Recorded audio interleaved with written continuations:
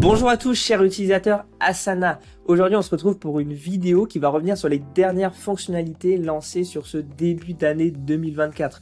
Donc si vous voulez voir comment ces fonctionnalités vont impacter la façon dont vous travaillez dans Asana, restez pour la vidéo. Voilà, donc les fonctionnalités, il y en a 11 qu'on va voir aujourd'hui. Une première partie qui sont majeures et importantes et d'autres qui sont un petit peu moins importantes mais qui peuvent quand même vous aider. On commence tout de suite avec le plan de capacité. Je clique sur la petite vidéo. Donc cette fonctionnalité de plan de capacité, elle permet d'allouer efficacement des ressources humaines pour anticiper les charges de travail dans les futurs projets sans affecter vos projets en cours. Donc c'est vraiment pour les futurs projets très intéressant pour faire de la prévision. Fonctionnalité suivante, une fonctionnalité IA, les résumés intelligents pour les projets. Donc cette fonctionnalité permet de créer ces résumés de toute l'activité récente du projet à un même endroit pour que vous ne manquez rien. Et ce qui est génial, c'est que vous avez un bouton envoyez-moi des emails. Vous allez recevoir un email de manière hebdomadaire pour le moment, sans rien avoir à faire dans Asana. Vous avez directement comme ça les infos sur les nouveautés de votre projet à la semaine. Prochaine mise à jour, on a un nouveau champ personnalisé identifiant. Donc les utilisateurs peuvent maintenant utiliser ce champ identifiant pour créer un préfixe qui va numéroter vos tâches au fur et à mesure qu'elles sont créées de manière unique. Donc c'est très utile si vous avez des projets ticketing ou autres, où chacune des nouvelles tâches comme ça va avoir un numéro unique via ce champ-là. Maintenant, les différentes vues plein écran au niveau des tâches. Maintenant, vous avez un bouton, vous l'aviez déjà en fait le bouton plein écran. Ce qui est nouveau, c'est ici plusieurs vues. Donc avant, c'était étroite. Maintenant, vous avez deux nouvelles vues, par exemple la vue large comme ça, ou éventuellement la vue description, qui est là aussi super large.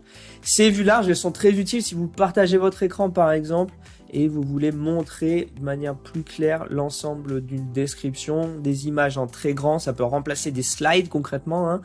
Vous pouvez aussi bénéficier de des fonctionnalités de embedded en anglais, donc d'insertion de certains types de fichiers comme des vidéos, par exemple ici comme un Miro.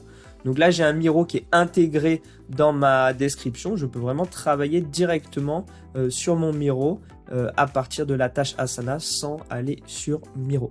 Dupliquer des sections, c'est un petit truc mais qui a un gros impact qui n'existait pas avant. Maintenant vous pouvez avec un bouton ici venir dupliquer toute une section et toutes les tâches qu'elle contient. Et vous pouvez choisir ce que vous dupliquez, les tâches, les sous-tâches, les responsables, etc. Un petit peu comme si vous dupliquez un projet, mais au niveau de la section, très pratique si vous utilisez beaucoup les sections. Avant d'aller plus loin, un petit rappel, chez iDo, on est partenaire officiel d'Asana et on peut vous accompagner avec tous vos besoins Asana, besoin de licence, besoin de consulting, besoin de développement personnalisé. Donc n'hésitez pas à nous contacter pour demander par exemple un devis ou simplement étudier vos besoins. Dernier groupe de nouveautés, on commence par les projets partagés à l'organisation. Maintenant, un projet, quand on le partage, il n'est plus uniquement partagé soit à une équipe, soit privé. Il peut être aussi partagé à l'ensemble de l'organisation. Il faut que l'équipe ne soit pas privée comme c'est le cas ici, mais le projet devient alors visible par toute l'organisation.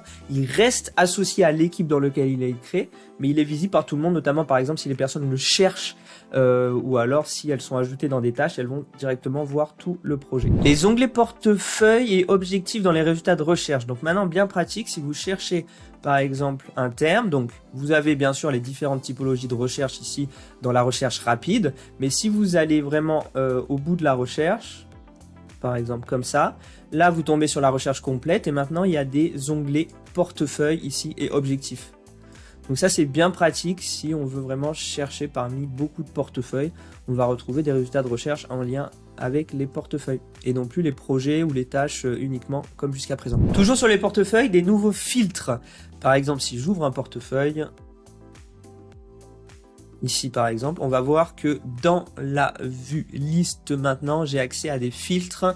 Donc vous pouvez même multi-filtrer sur votre portefeuille et vous pouvez toujours trier aussi. Ça vous permet comme ça de gérer beaucoup plus de projets d'un coup. Ça va être pratique d'utiliser ces logiques de filtres. Et si vous changez des filtres, il me semble que peut-être il faut venir en haut à droite ici et enregistrer comme disposition par défaut. Peut-être si vous voulez garder le filtre à tester. Toujours sur les portefeuilles, et c'est en lien avec ce qu'on vient de voir, une augmentation des limites de projets par portefeuille. Donc non plus 500, mais maintenant 1500 projets par portefeuille. Donc ça c'est très pratique, vous combinez avec les différents filtres, etc. Et vous avez comme ça la possibilité de gérer beaucoup plus de projets de manière efficace dans un portefeuille. Les déclencheurs par date, date de début et champ date, ça c'est une nouvelle option de déclencheur dans les règles.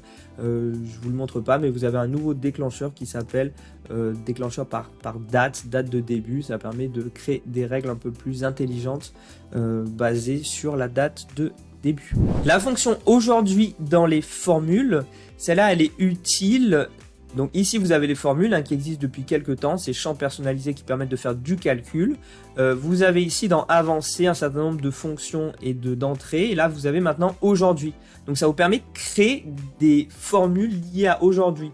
Donc par exemple le temps restant d'une tâche jusqu'à aujourd'hui, ou le temps dépassé de la tâche par rapport à aujourd'hui. Donc on peut comme ça créer des formules basées sur aujourd'hui. Ça permet de faire des choses un petit peu plus avancées. Pour aller plus loin, on a créé un article complet sur toutes ces fonctionnalités sur notre blog. Le lien sera quelque part ou en description. Pour rappel aussi, sur la page d'Aidu, on a une série de vidéos YouTube complètes sur plein de fonctionnalités. Vous trouverez aussi le lien. N'hésitez pas à vous inscrire à la chaîne YouTube pour recevoir ce genre de vidéos sur les nouvelles fonctionnalités d'Asana qu'on publie régulièrement. À bientôt avec Aidu.